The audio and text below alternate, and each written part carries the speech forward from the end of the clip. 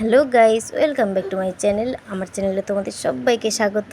আমি রূপালী চলে এসেছি আবার একটা ব্লগ ভিডিও নিয়ে। তো ছোটোদের ভালোবাসা আর বড়োদের আশীর্বাদ নিয়ে আমি ব্লগটা শুরু করছি। তোমরা আমার সঙ্গে থেকো, পাশে থেকো। তো গুড ইভিনিং বন্ধুরা, তোমরা কেমন আছো? আশা করছি খুব ভালোই আছো, আর আমিও খুব ভালো আছি। তো এখন বাজে সন্ধ্যে 6:30, আর এখন থেকে আমি ব্লগটা শুরু করছি। তো দেখো, আমি একটু রেডি হয়ে বেরোবো। ছেলেকে নিয়ে যাবো না, ছেলে ঘরে থাকবে। তো ছেলের খাবারটা রেডি করে দিয়ে আমি একটু বেরোবো।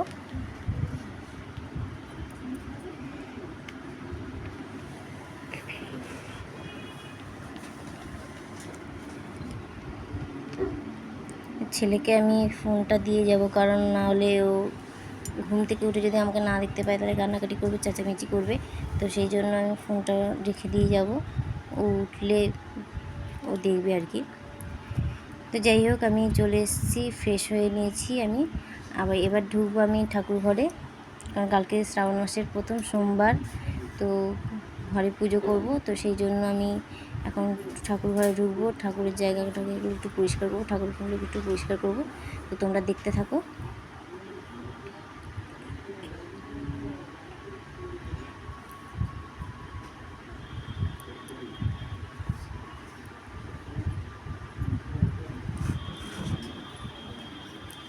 তো দেখো, এখানে সবুজ চুড়ি আগের বছর আমার ননদ আমাকে গিফট করেছিল, তো সেটা আমি রেখে দিয়েছিলাম। আবার এই বোঝাই আজকে আমি পরছি।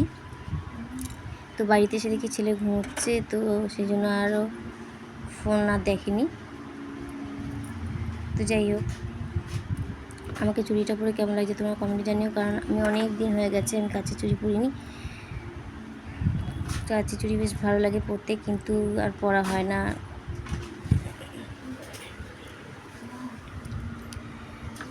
তুমি দেখো আমার হাতটা কেমন লাগছে তোমরা প্লিজ কমেন্টে জানিও।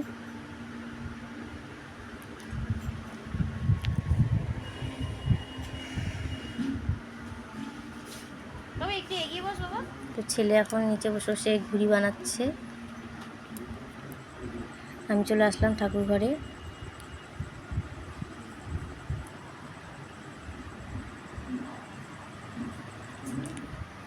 আর রথটা যে সাজিয়েছিলাম ফুল দিয়ে, পাতা দিয়ে, সেইগুলো আমি খুলে নিয়েছি, নিয়ে রথটা পরিষ্কার করে রেখে দিয়েছি। আর ঘরটা আমি মুছে নিচ্ছি।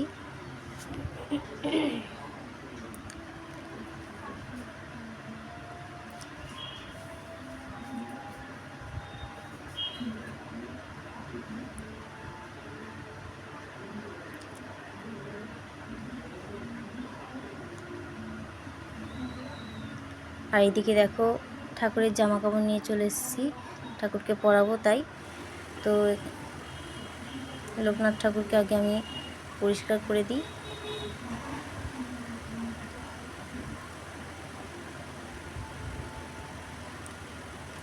তো আমি একটা রুমাল নিয়ে অল্প করে জল দিয়ে আমি ঠাকুরগুলোকে পরিষ্কার করে নিচ্ছি।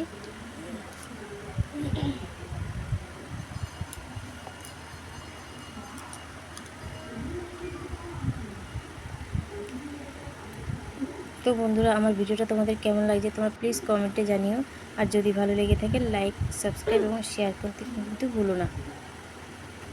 শেয়ারটা কিন্তু অবশ্যই করো। আর দেখো, দড়িটা এতই ছোট যে আমি দড়িটা আটকাতে পারছি না, কোনো রকম দড়িটা আমি আটকেছি।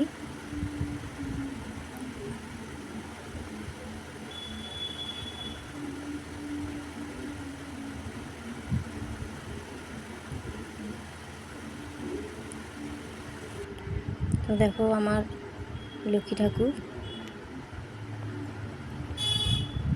ঠাকুরটাকে আমি একটু পরিষ্কার করব, করে জামাকাপড় পরাবো।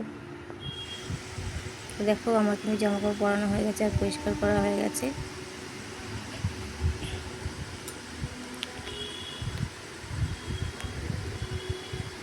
আর এটা হচ্ছে ত্রিশূল। আমি ভালো করে সব পরিষ্কার করে নিচ্ছি।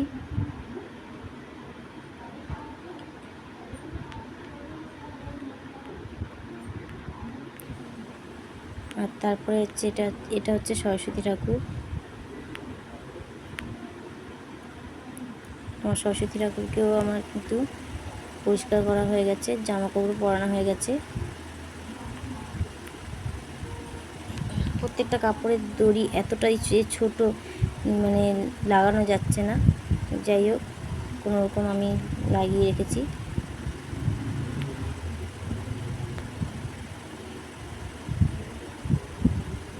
দেখো মা সরস্বতীকে কেমন লাগছে তোমরা কমেন্টে জানিও। আর তারপর রাধা গোবিন্দকে আমি পরিষ্কার করে আমি জামা কাপড় পরিয়ে দিলাম। তো আমার ঠাকুর পরিষ্কার করা কমপ্লিট। আমি আবার একটু ঘরটা মুছে নিচ্ছি, ধুলোবালি হয়ে গেছিলো। তারপর আমি পিঁড়িটাকে ধুয়ে আমি মাঝখানে রাখলাম, রেখে আমি একটা কাপড় পেতে নিলাম। এখানেই আমি আমার শিব ঠাকুরকে বসাবো।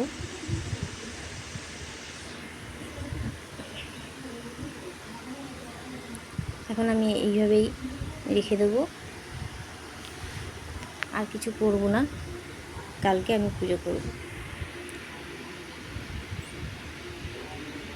তোমরা একবার দেখে নাও। আমি সব পরিষ্কার টরিষ্কার করে জামা কাপড় চেঞ্জ করে বসার জায়গাটাও চেঞ্জ করে দিয়েছি, কাপড় টাপড় চেঞ্জ করে দিয়েছি। আর তোমাদের এই আলোর জন্য আমি তোমাদেরকে ভালোভাবে দেখাতে পারছি না, তার জন্য তোমাদের কাছে ক্ষমা চেয়ে নিচ্ছি। সত্যি আমাদের ঘরের মানে লাইট খুবই কম, যার জন্য আমার দেখাতে খুব অসুবিধা হয়।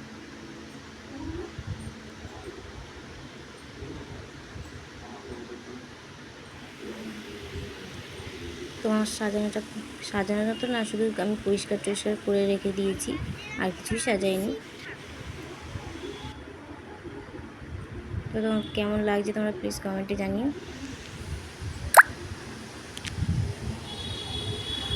তো গাইস, আমি ঠাকুরঘর থেকে চলে এসেছি। আমি সব কিছু গুছিয়ে রাখলাম, কারণ কালকে স্কুল আছে, ছেলের পরীক্ষা আছে, তো সেই জন্য কালকে আমি কিছু করতে পারবো না।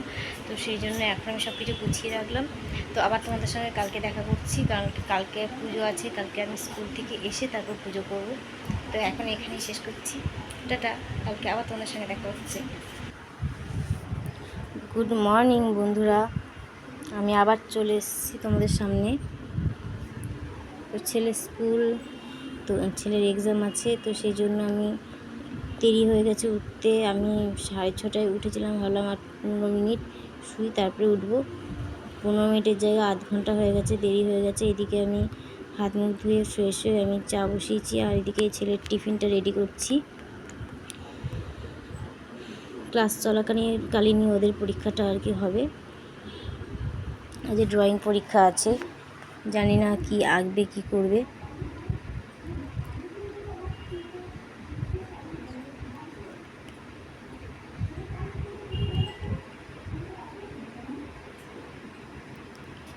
আর এদিকে ছেলের খাবারটাও আমি রেডি করে নিচ্ছি।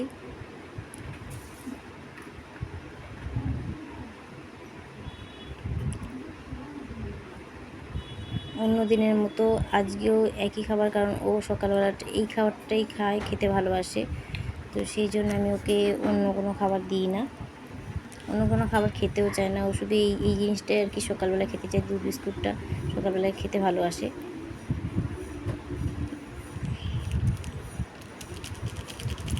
তো যাই হোক, আমার খাবার রেডি হয়ে গেছে। আর এদিকে আমি ছেলেকেও রেডি করে ফেলেছি, আর ছেলের টিফিন রেডি হয়ে গেছে। এবার আমি বেরিয়ে যাব, অনেক লেট হয়ে গেছে। আজকে ওর বাবা আমাদের দিয়ে আসতে পারবে না, তো আমাদেরকে মানে বেরিয়ে যেতে হবে।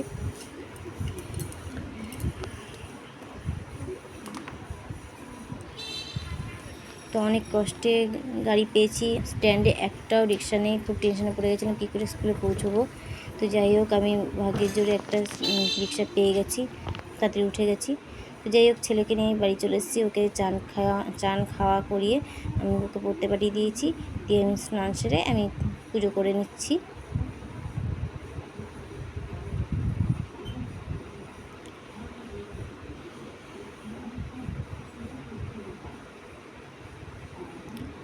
আর এটা দেখো আমাদের গাছের ফুল, সেদিনকে যেমন দিদি যে গাছগুলো কিনে নিয়ে এসেছিলো সেই ফুল। কত সুন্দর ফুটেছে ফুলগুলো, কি ভালো লাগছে ছোট ছোট ফুলগুলো।